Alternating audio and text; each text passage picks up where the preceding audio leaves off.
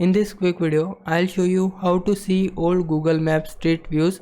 For that we just need to simply go to Google, then search here Google Maps. After that click on the first website and then you can simply see the Google Map here, and then we just need to simply search here location.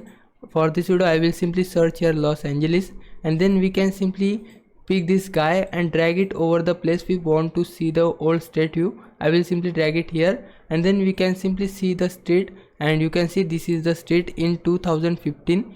We can simply change the date from here. We just need to simply click on see more dates, and then we can simply see multiple dates are here.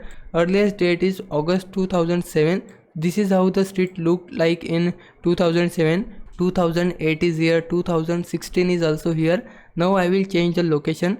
For that I just need to again pick this guy and drag it on the map, and now you can see I can't change the date for this street because this street doesn't have multiple dates available. Some street have multiple dates, some doesn't have. That's why you just need to change street to change dates. You can see now I have changed my street, and you can see the date option has been appear here. So this is how you can go back in time with Google Maps. If you found this video helpful, then please consider subscribing my channel and also like this video. Thanks for watching.